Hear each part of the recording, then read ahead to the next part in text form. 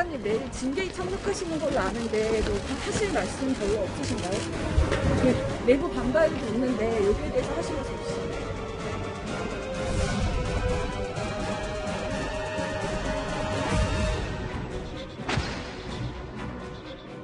윤석열 검찰은 스스로 사퇴하면 안 됩니다. 검찰 수사에 따라서 그 사법적 판단을 받아야 됩니다.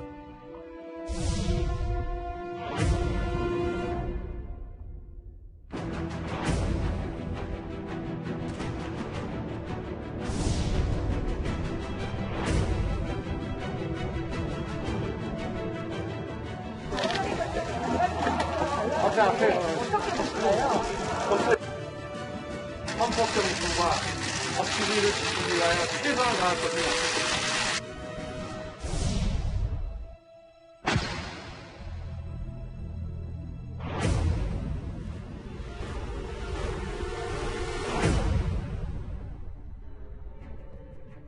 이제부터 뉴스탑10이 꼽은 1위와 이 두 가지 소식 하나하나 만나보도록 하겠습니다.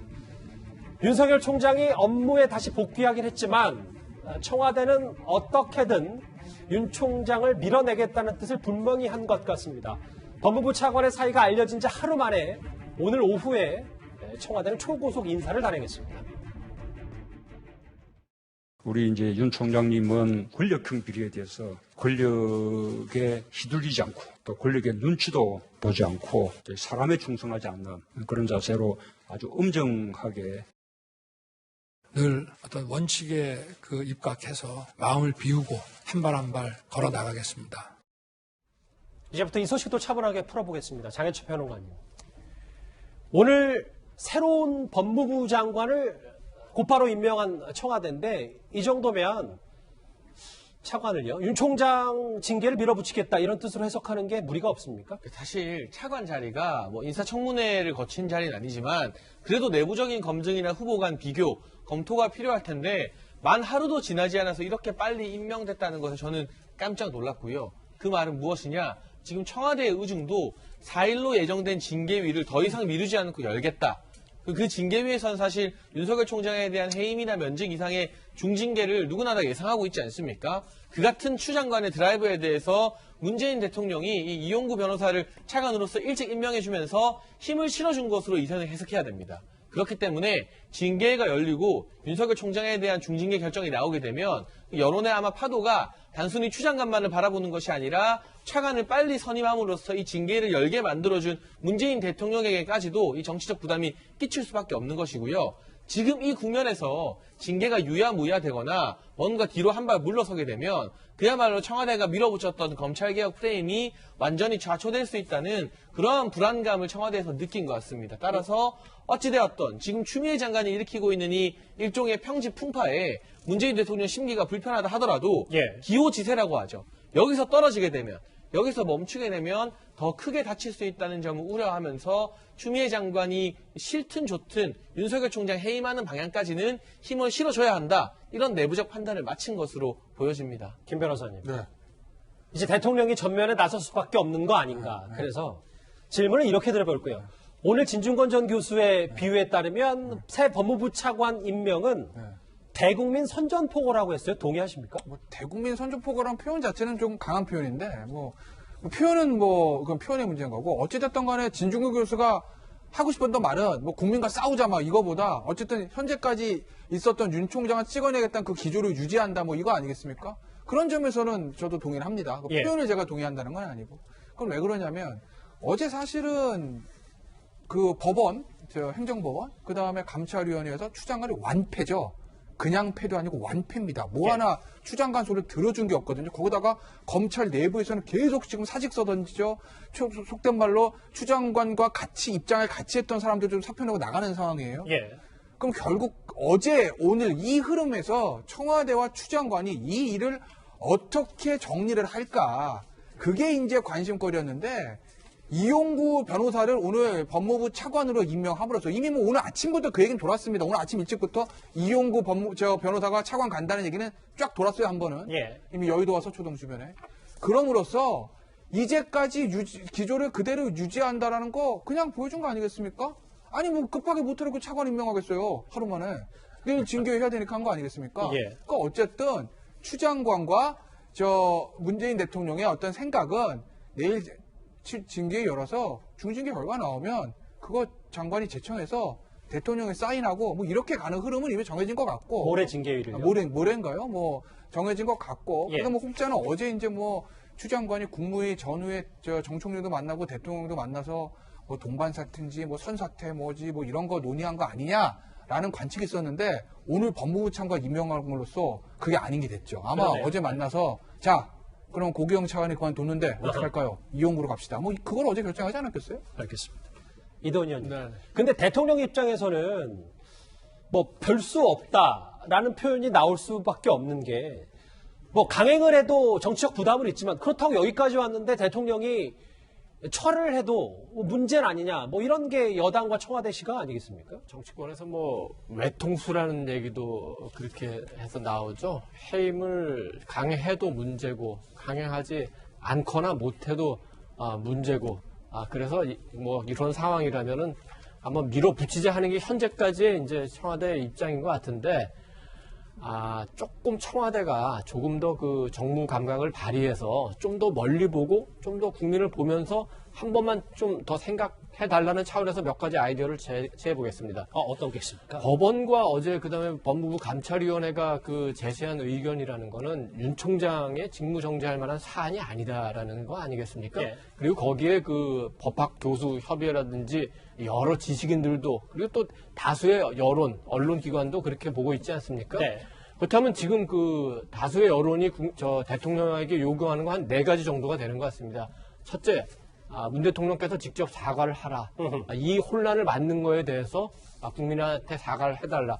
둘째, 법원도 그렇고 감찰위도 문제가 많다고 하니까 더 이상 그 윤 총장 직무 정지하려고 하지 말고 2년 임기 보장해줘라. 내년 7월까지 임기 보장해줘라. 그리고 법치를 살리는 길은 울산 수사든 월성 1호기 수사든 수사를 막지 말아달라. 그리고 또 하나는 그 추미애 장관은 더 이상 그 대한민국의 그 법무부 장관으로서의 역할을 하기가 맞지 않는 것 같다. 추 장관을 물러나게 해달라. 이런 그게 대체적인 의견인 것 같습니다. 모르겠습니다. 청와대가 지금 어느 정도의 그 정무 기능을 발휘할지 노영민 비서실장은 안타깝지만 교체가 조금 그 예정돼 있는 상황 아니겠습니까? 예. 최재성 정무수석은 며칠 전에 조기 축구 참석했다가 논란이 될 정도로 지금 정무 기능이 제대로 작동하고 있는지 뭐 비판도 있습니다만 이틀의 말미가 있죠. 좀 더 심사숙고해서 국민이 원하는 쪽에 가까운 결론을 내주시기 바랍니다. 이동현 의원님 말씀은 전세가 조금 바뀌었으니까 법원의 판단으로 뭔가 청와대도 전선을 좀 바꿔야 된다, 후퇴해야 된다 뭐 이런 말씀이신데 만약에 그 해임을 강행하게 되면 지금까지는 뭐 추미애 장관이나 법무부와 윤석열 총장 검찰의 갈등 구도였지만 만약 해임을 하게 되고 그럼 지금 사실 그 윤석열 총장은 그 해임에 대한 소송도 지금 예고하고 있지 않습니까? 예. 그럼 문재인 대통령과 그 윤석열 총장의 갈등 구도인데 이게 잘못하면은 문재인 대통령과 국민 간의 갈등 구도가 될 수도 있어요. 알겠습니다. 그래서 어느 것이 문 대통령에게 더 도움이 되는 길인지 청와대가 잘 판단하기 바랍니다. 그런데 현재로서는 그 청와대가 전선을 미룰 가능성은 없어 보이는데요. 그럼 징계용 차관 아니냐라는 비판의 목소리까지 나오고 있는 신임 법무부 차관이 누군지 한번 저희가 살펴봐야 될 것 같습니다. 조상호 부대변인님. 네. 이용구 전 법무실장인데 뭐 면면이 나왔지만 특징을 좀 간단히 설명을 좀 해주세요. 일단은 공교롭게도 지금 윤석열 검찰총장과 동기입니다. 24임기 동기고요. 그다음에 이제 일단은 현 정부 들어와서 법무실장을 50년 만에 최초로 비검찰 출신인 이 판사 출신이 맡아서 사실은 이제 이렇게 현재 이 어떤 법무 업무에 관련된 총체적인 틀을 짜는 데 관여했던 분입니다.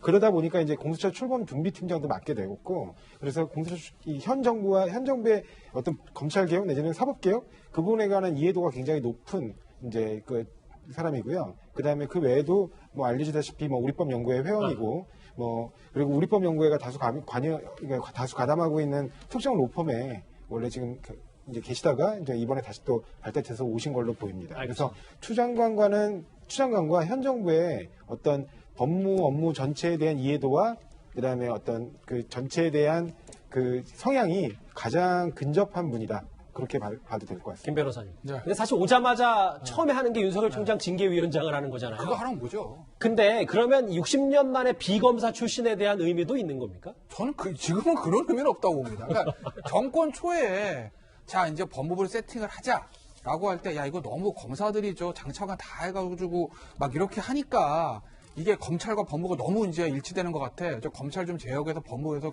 외부에서 좀 데려오고 변호사 출신도 오고 판사 출신도 이렇게 하자. 뭐 교수 출신도 오고 뭐 그럴 수 있습니다.